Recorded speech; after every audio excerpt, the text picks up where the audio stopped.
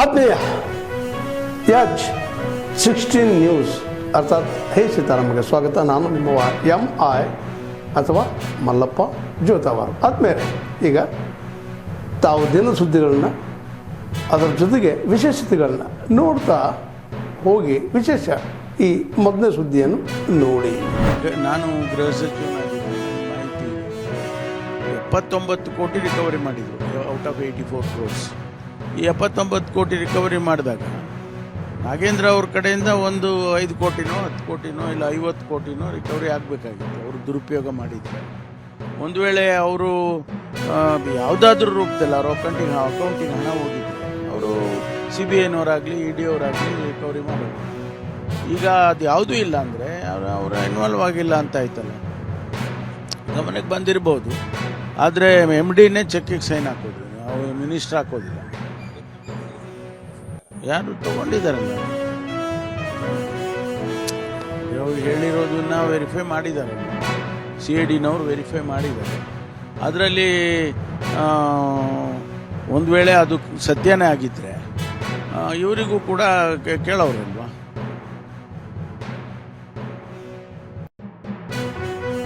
ಮಾಡುವಂಥದ್ದಲ್ಲ ಅದು.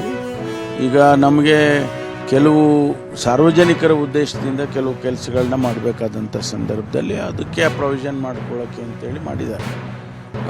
ಅದು ಸ್ಪೆಸಿಫಿಕ್ಕಾಗಿ ಇದು ಕಾರ್ಪೊರೇಷನ್ನವರು ತೀರ್ಮಾನಗಳು ಮಾಡಿದಾಗಲೇ ಗೊತ್ತಾಗುತ್ತೆ.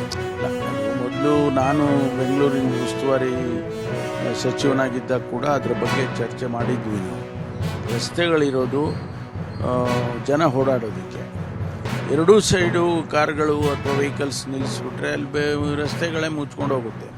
ಅದಕ್ಕೊಂದು ಕಾನೂನು ತರಬೇಕು ಹಾಗೆ ಅಂತೇಳಿ ಅವಾಗೆಲ್ಲ ನಾವು ಚರ್ಚೆ ಮಾಡಿದ್ವಿ. ಅದು ಈಗ ಅದ್ರ ಬಗ್ಗೆ ಒಂದಿಷ್ಟು ಬೇರೆ ಬೇರೆ ರೀತಿಯಲ್ಲಿ ಚರ್ಚೆ ಆಗಿ ಮಾಹಿತಿಗಳು ಬರ್ತಾ ಇದೆ.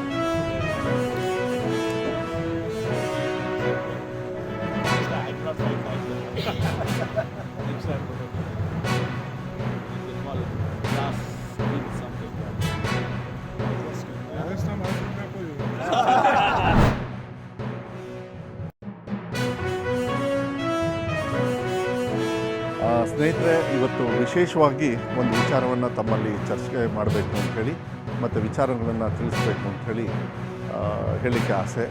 ಏನಂತ ಹೇಳಿದರೆ, ಕಸ್ತೂರಿ ರಂಗನ್ ವರದಿ ಬಗ್ಗೆ. ಏನು ನಮ್ಮ ಪಶ್ಚಿಮ ಘಟ್ಟದ ವಿಚಾರದಲ್ಲಿ ಸುಮಾರು 1500 ಹಳ್ಳಿ, ಅದರಲ್ಲೂ ವಿಶೇಷವಾಗಿ ಶಿವಮೊಗ್ಗ ಸುಮಾರು 480 ಚಿಲ್ಡ್ರನ್ ಹಳ್ಳಿಗಳಲ್ಲಿ ಏನಿವತ್ತು ಕಸ್ತೂರಿ ರಂಗನ್ ವರದಿಯಲ್ಲಿ ನಮ್ಮ ರೈತರಿರ್ಬೋದು ಮತ್ತು ಆ ಕಡೆ ಭಾಗದ ಜನರು ಬೇರೆ ಬೇರೆ ಜಿಲ್ಲೆನೂ ಸೇರಿ ಎಲ್ಲ ಒಂದು ರೀತಿಯಲ್ಲಿ ಆತಂಕದಲ್ಲಿದ್ದಾರೆ. ನಾವು ನಿಜವಾಗ್ಲೂ ನೆನಪು ಮಾಡ್ಕೊಳ್ಬೇಕಾಗುತ್ತೆ, ಮಾನ್ಯ ಸಿದ್ದರಾಮಯ್ಯ ಸಾಹೇಬರಿಗೆ ನಾವು ಧನ್ಯವಾದಗಳನ್ನು ಹೇಳಬೇಕು. 2013ರಿಂದ 2017-18ವರೆಗೂ ಏನು ಅವರು ಮುಖ್ಯಮಂತ್ರಿಗಳಾಗಿದ್ದರು, ಆ ಸಂದರ್ಭದಲ್ಲಿ ಸೆಂಟ್ರಲ್ ಗೌರ್ಮೆಂಟ್ ಅವರು ಏನು ಇದನ್ನು ಕಸ್ತೂರಿ ರಂಗನ್ ವರದಿಯನ್ನು ನಾವು ಮಾಡ್ತೀವಿ ಅಂದಾಗ ಸರ್ಕಾರದಿಂದಲೇ ಅದನ್ನು ತಿರಸ್ಕಾರ ಮಾಡಿ ವಾಪಸ್ ಕಳಿಸಿದ್ವಿ. ಇವತ್ತು ಮತ್ತೆ ಏನು ಮಾಡಿದ್ದಾರೆ, ಕರಡು ರೂಪದಲ್ಲಿ ಎಕೋಸೆನ್ಸಿಟಿವ್ ಏರಿಯಾ ಅಂತ ಹೇಳಿ ಮತ್ತೆ ಒಂದು ಸೆಂಟ್ರಲ್ ಗೌರ್ಮೆಂಟ್ ಅವರು ಮತ್ತೆ ಕೊಟ್ಟಿದ್ದಾರೆ. ಏನಂತ ಹೇಳಿದರೆ, ಇದನ್ನು ಮತ್ತೆ ನಾವು ಹಾಕ್ತೀವಿ ಅಂತ ಹೇಳಿ.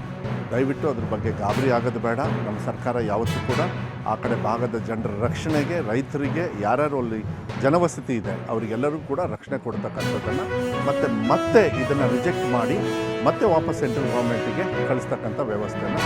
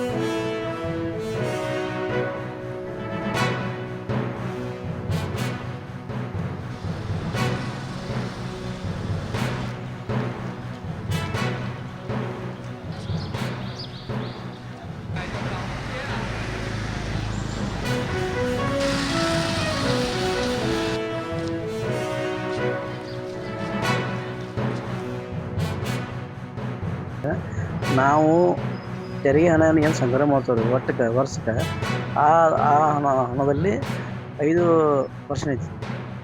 ಆ ಹಣವನ್ನು ನಾವು ಈ ನಮ್ಮ ಮಹಿಳಾ ಮತ್ತು ಮನೆ ಮಹಾಲಕ್ಷ್ಮಿ ಯೋಜನೆಗೆ ನಾವು ಖರ್ಚು ಮಾಡಕ್ಕೆ ನಾವು ಕಮಿಟಿ ಒಂದು ತೀರ್ಮಾನ ಮಾಡಿದ್ದೀವಿ.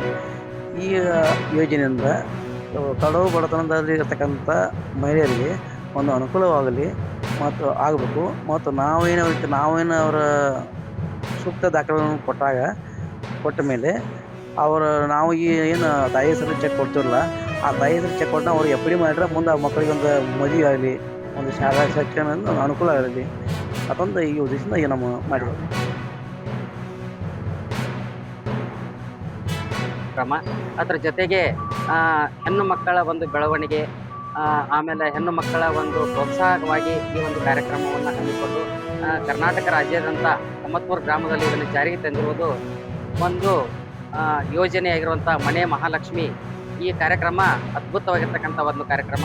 ಈ ಕಾರ್ಯಕ್ರಮದಿಂದಾಗಿ ನಮ್ಮ ಗ್ರಾಮದಲ್ಲಿ ಒಂದು ಹೆಣ್ಣು ಮಕ್ಕಳ ಸಂತತಿ ಹೆಚ್ಚಿಸುವಂಥ ಒಂದು ಕಾರ್ಯಕ್ರಮ ಆಗಿತ್ತು. ಎಲ್ಲರಿಗೂ ಕೂಡ ಇದೊಂದು ಮಾದರಿಯಾಗಿರ್ತಕ್ಕಂಥ ಕಾರ್ಯಕ್ರಮ. ಕರ್ನಾಟಕ ರಾಜ್ಯದಲ್ಲಿಯೇ ಇದೊಂದು ಮಾದರಿಯಾಗಿರ್ತಕ್ಕಂಥ ಕಾರ್ಯಕ್ರಮ ಅಂತ ನಾವು ಹೇಳ್ಬೋದು. ತಾವೆಲ್ಲ ಇಲ್ಲಿವರೆಗೆ ಸುದ್ದಿಗಳನ್ನು ನೋಡಿದಿರಿ, ಜೊತೆಗೆ ವಿಶೇಷ ಘಟನೆಗಳನ್ನು ಸಹ ನೋಡಿದಿರಿ. ಅದು ನಿಮ್ಗೇನು ಅನ್ನಿಸ್ತು? ನಿಮಗೆ ಲೈಕ್ ಮಾಡಿರಿ, ಶೇರ್ ಮಾಡಿರಿ, ಕಾಮೆಂಟ್ ಮಾಡಿರಿ, ಜೊತೆಗೆ ಸಬ್ಸ್ಕ್ರೈಬ್ ನಿಲ್ಲಿಸ್ಬೇಡ್ರಿ. H16 ನ್ಯೂಸ್ ಅರ್ಥಾತ್ ಸತ್ಯದ ಕೈಗನ್ನಡಿ ವಂದನೆಗಳು.